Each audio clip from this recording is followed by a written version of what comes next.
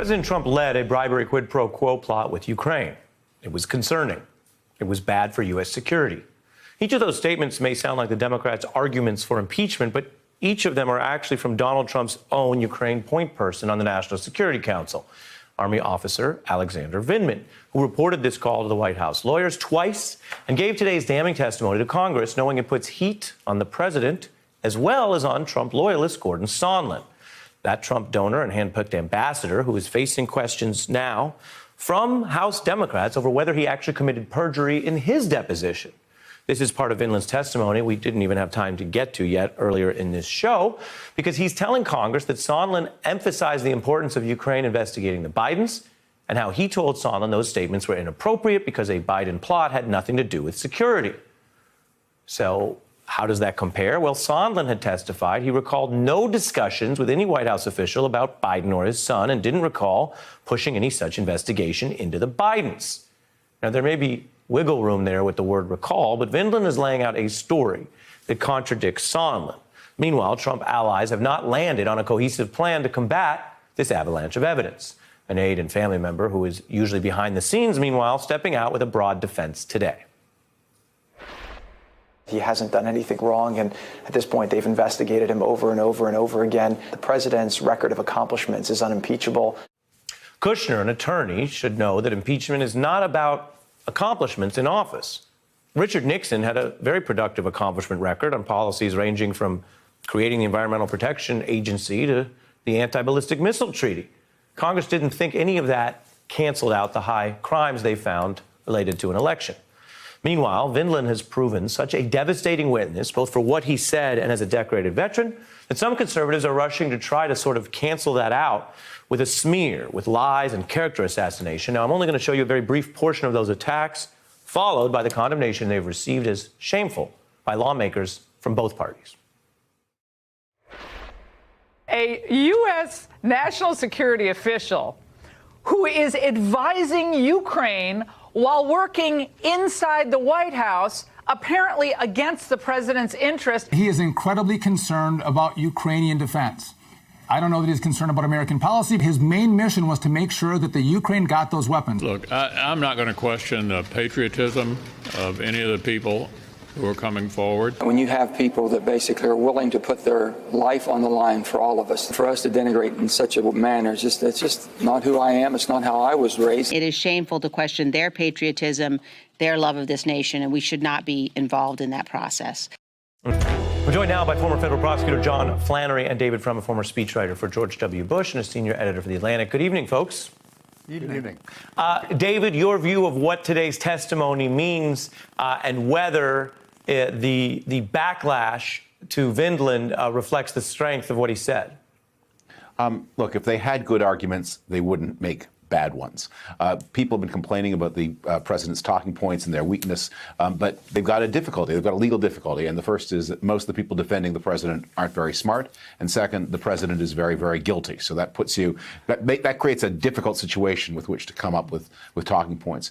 This questioning of Vindman's Americanism is the most astonishing thing, though, because what drove the Ukraine scandal in the first place is that President Trump himself outsourced the making of American-Ukraine policy to Ukrainian-born American citizens, Parnas and Furman. Both of them were born in the Ukraine. Both of them were naturalized in the United States. Now, the difference between them and Vindman, of course, is that Vindman is an officer and a patriot who was working on the public dollar, and they were small-time grifters trying to make a dishonest buck by paying gratuities to people around Trump, like former Mayor Rudy Giuliani. But this is not about the Americans versus the Ukrainians. This is about the honest naturalized Ukrainians in American uniform and the dishonest naturalized Ukrainians who are working for a Russian oligarch. Yeah, I mean, you lay that all out there, and we've been careful about how much we're going to show of this, John. But take a look. Vindman has faced these smears before he even set foot in Congress today about whether he's a loyal American because of the immigration. And I want to show you something that could be out of a movie. As a child, it turns out he was actually interviewed in a documentary about a symbol of patriotism, the Statue of Liberty. That's actually Vindman there with his grandmother and his twin brother, who also works for the National Security Council, speaking about their path to the U.S. Take a look. We came from Kyiv. And then we went to, our mother died, so we went to Italy. And then we came here. John, it's striking, you know, what emerges when people come into the public eye. Here we are again talking about not only who makes the calls on U.S. policy, which David just spoke to, but also America's role in welcoming immigrants. Absolutely. I mean, he took a bullet for America in Iraq, actually an explosion. It was an IED. And here he is doing what? He is fighting for American foreign policy, which is to protect Ukraine from Russia, the aggressor.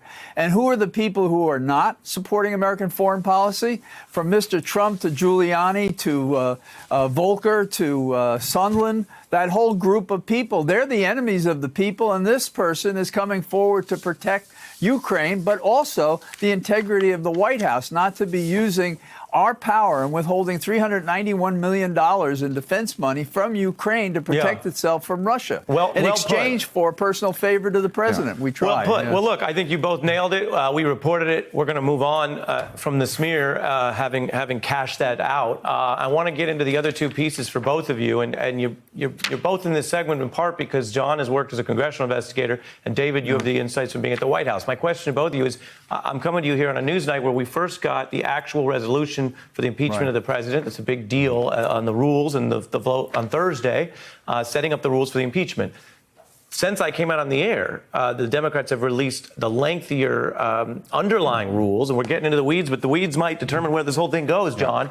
So I wonder, what does it mean to you that we are seeing the actual blueprint? This is the constitutional blueprint that the Congress builds when they are going forward. Doesn't seem like there's a big off-ramp for the Democrats here from impeaching Trump. No, it doesn't. And, you know, this is ramming speed, finally. We've been waiting for the rule of law to be enforced, and finally in the courts and on the Hill, we're doing that. The resolution itself set a framework among the caucus and to give notice to everybody how it's going to run. And this is how the Judiciary Committee is going to proceed. And those rules for the Judiciary Committee, which is where it's going to be referred when the Intelligence Committee finishes its work, are very similar to the rules that we had during the Clinton investigation. And the presentations and the back and forth and the steps by which they could determine whether or not there are articles that will be reported to the floor are very similar to what happened during the Clinton impeachment. It's going to be hard for the Republicans to fight that. You see this as lightning speed at this point? Well, lightning on the Hill travels lightning for lawyers. Einsteinian relativity. It's a curve. Let me get it in, David. David, what do you see as important tonight here? Look, I'm going to reveal my age here. I am sitting and talking to you tonight from the very same room in which I spent many, many evenings during the Clinton impeachment, now almost 20 years ago. One of the things that is different between now and then, the Clinton White House had a rule, which was that they were not going to let the impeachment get inside their decision cycle. And with extraordinary presidential discipline, and it's still kind of weird how Bill Clinton did this. They partitioned off the impeachment inquiry from everything else the White House was doing. And that's one of the reasons that Bill Clinton survived. Bill Clinton was, of course, a much younger man than President Trump and much more energetic. But even he had limited numbers of hours in the day. What has clearly happened now, and this inquiry is going to drive it, is that the inquiry is completely inside Donald Trump's head, inside his decision cycle. And this is a president who doesn't work so many hours, who's not in such good physical condition. So he is not going to be able to execute. He's not of the temperament to execute, and he's not going to be able to execute the Clinton strategy of holding it off while trying to remind the American people of whatever it is that the American people liked about him. John? Well, I agree basically with that. The thing about the Clinton impeachment and this one is we, among the Democrats, drafted a procedure by which this would be done more deliberately. And I believe that the rules that they put for the Judiciary Committee are similar to those. The Republicans voted against fair rules in the Clinton impeachment on the floor of the House. And now we're going to have a fairer process with a more appropriate set of charges, namely crimes that we can identify and misdemeanors and bribery. Yeah, although in the broad outlines, and again, we're just getting this stuff, as I said, it's all flying at us new, but in the broad outlines, we're seeing the president and his lawyers will be afforded process and appearance in the House. The Republicans did afford that to Clinton, and he engaged it, sending his lawyers down. To both of you, first to John, given that the White House has thus far tried to stonewall everything, Do they ever pivot and send Sekulow or Giuliani or others down there the way that Clinton did to try to move the House? We had better counsel from the president's office in those days, but yes, they may, and they probably, if they're smart, should. And I remember the presentation Abby Lowell made to set up the case for the defense. And who now represents Jared Kushner. Well, you know, but Kushner seems to be free and clear. He's clear. Let me bring it to David then, because David, the same question to you.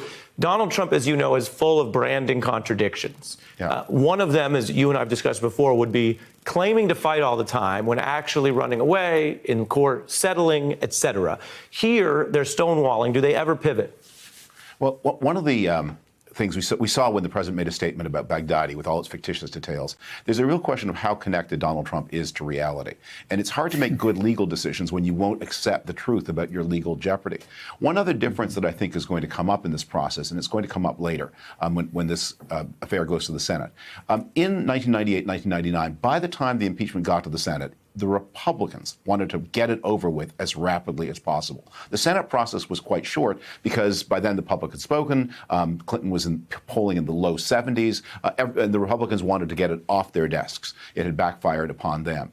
In this case, this process may get as lightning fast as the House process is. The Senate process may be slow because I think there will be a lot of demand from Democrats to do a real trial. Fair. Well, I got to fit in a break, and I have a silly question to ask David before I go to break. Is that okay with you, John? Yeah, absolutely. You're the boss. Well, David, are you going to be using that same room in 20 years from now? I'll be doddering my way in and unveiling my senile reminiscence. No, I hope we get this out of our. I hope after Donald Trump, this never happens again. Well, there has never been a president like this certainly before. Didn't mean there that. will never be a president like this certainly again. don't wish any more national traumas, as we've discussed around here. The potential trial, in all seriousness, as you say, the potential trial of a sitting president because of things they've done or things they've suspected to have done is not a good thing. It's not a positive. It's nothing to take joy in. It obviously keeps everyone quite busy in these fields. But yeah, it's serious. So we don't wish that again. But I do wish both of you another good 20 years and 20 more after that. John Flannery, David Frum. Good evening, gentlemen. Hey, I'm Ari Melber from MSNBC. You can see more of our videos right here, or better yet, subscribe to our YouTube channel below.